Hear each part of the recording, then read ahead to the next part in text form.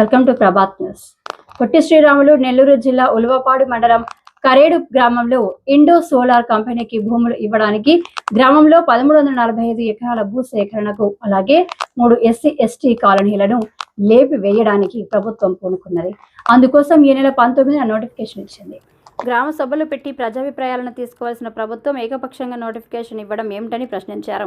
ఈ సందర్భంగా CPM party, CITU, Andhra Pradesh వ్యవసాయ కార్మిక సంఘం, రైతు సంఘం జిల్లా నాయకుల బృందం ఈరోజు గ్రామాన్ని సందర్శించి నిర్వాసితులతో మాట్లాడి నిర్వాసితులకు అండగా ఉంటామని తెలియజేయడం జరిగింది. బలవంతపు భూసేకరణ ప్రభుత్వం తక్షణమే ఆపాలని డిమాండ్ చేశారు. ఈ పర్యటనలో సిపిఎం జిల్లా కార్యదర్శి మూలం రమేష్, CITU జిల్లా ప్రధాన కార్యదర్శి K. అజయ్ కుమార్, ఏపీ వ్యవసాయ కార్మిక సంఘం జిల్లా కార్యదర్శి మంగళ పుల్లయ్య, ఏపీ రైతు సంఘం జిల్లా కార్యదర్శి మూలి వెంకయ్య, CITU జిల్లా కార్యదర్శి G. వెంకటేశ్వర్లు, జిల్లా నాయకులు GVB కుమార్ తదితరులు మాట్లాడారు. నిర్వాసితులకు అండగా ఉద్యమాన్ని నిర్మిస్తామని తెలిపారు. ఈ కార్యక్రమంలో CITU జిల్లా నాయకులు SA గౌస్, వ్యవసాయ కార్మిక సంఘం జిల్లా నాయకులు దువ్వూరి జాన్, CITU మండల కార్యదర్శి SD గౌస్ బాషా, నాయకులు గంజి శ్రీనివాసులు, CPM నాయకులు పొన్నం రామలక్ష్మమ్మ, వల్లవరపు లలితమ్మ, పొట్లూరు రవి, వెంకటేశ్వర్లు, DYFI నాయకులు అనిల్, దుర్గాప్రసాద్ తదితరులు పాల్గొన్నారు.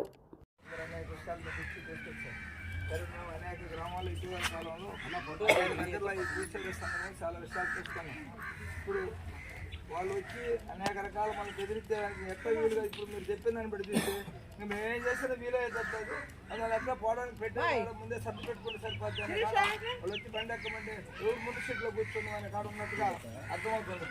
అట్లా కాదు పరిస్థితి అని చెప్పినారు. వాళ్ళు ముందు ఎంతో కొంత చెప్తారు, ఎంత ఇచ్చినా మేము అనేక రకాల ఈ ప్రకృతికి మేము ఆధారపడిపోయాము. మా బిడ్డలు మా పెద్దవాళ్ళందరూ ఇక్కడ పుట్టాము, ఇక్కడ పెరిగాము, మేము నుంచి పోవనే వాళ్ళు ముందన్నా. తర్వాత ఇంకా రకరకాల వాళ్ళు పుట్టిన చట్టాలు అమలు జరిపి మేము ఇస్తామంటాం. ఆ ఇస్తామన్న దగ్గర చాలా దగ్గరలో ఇందాక మన పార్టీ జిల్లా కార్యదర్శి 5 లక్షల నుంచి 25 లక్షల దగ్గర తీసుకున్నాండి. 5 లక్షల దగ్గర గమ్ముగా ఉంటే వాటితోనే సరిపెట్టారు. ఇవన్నీ ఒక భాగం అయితే. రెండోది, మనం భూములు ఉన్న వాళ్ళకు ఆ నష్టపరిహారం ప్రకారం వాళ్ళకు 10 ఎకరాలు 5 ఎకరాలు 4 ఉన్న వాళ్ళకి వాళ్ళకి ఆ ప్రకారం వస్తుంది. ఏమీ లేని వాళ్ళకి ఏమి రావాలా?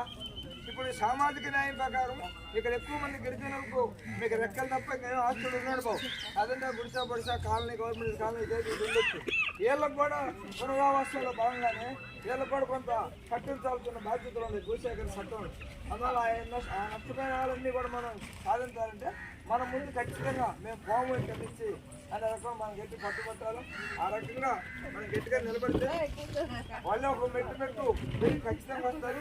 మళ్ళీ జైళ్ళలో పెట్టి వాళ్ళు మన ఇల్లు ఖాళీ చేయలేదు. అలా మేము ఖాళీ చేయమనే కాదు ఉండాలి మనం. అలా ఈ లోపల ఒక పక్క మనకు ఇంతకన్నా మంచి ప్లేస్ చూపించి ఇల్లు కట్టి అన్నీ పూర్తి చేస్తేనే మనం పోతామన్నారు. అనేక రకాలుగా మీరు దానికి అనుకూలంగా సిద్ధపడి ఉంటే మనం ఎక్కువ నష్టపరిహారం సాధించుకోవడానికి మనకు అవకాశం ఉంటుంది. అందువల్ల మేము పార్టీగా మీరు ముందుంటే మీకు ఎంత ముందు మేము కూడా ఉంటాం. మీరు లేకుండా వాళ్ళు చెప్పిన ఊర్లో కూర్చోవడం చెప్పిన మాట్లాడి మీరు ముందే సర్ది పెట్టే జరుగుతుంటే మేము ఎవరినైనా చేసే పరిస్థితి ఉండదు. మీరు ఎక్కువగా మాట్లాడుకోండి. ఈ పునరావాసం వీళ్ళందరూ కూడా ఒక కమిటీ దాన్ని ఏర్పాటు చేసుకోండి. ఆ కమిటీలో అందరితో రోజువారీగా మాట్లాడలేము. ఆ కమిటీ ప్రకారం మనం కొన్ని తీర్మానాలు చేసుకొని ఆ తీర్మానాలు కనుక మనం పోరాటం చేయడానికి మనం సిద్ధపడాలి. మేమందరూ సిద్ధపడాలి. అప్పుడు మీకు తోడుగా పార్టీ కానీ, CITU, వ్యవసాయ కానీ, రైతు మేము అందరూ అండగా ఉంటామని తెలియజేస్తూ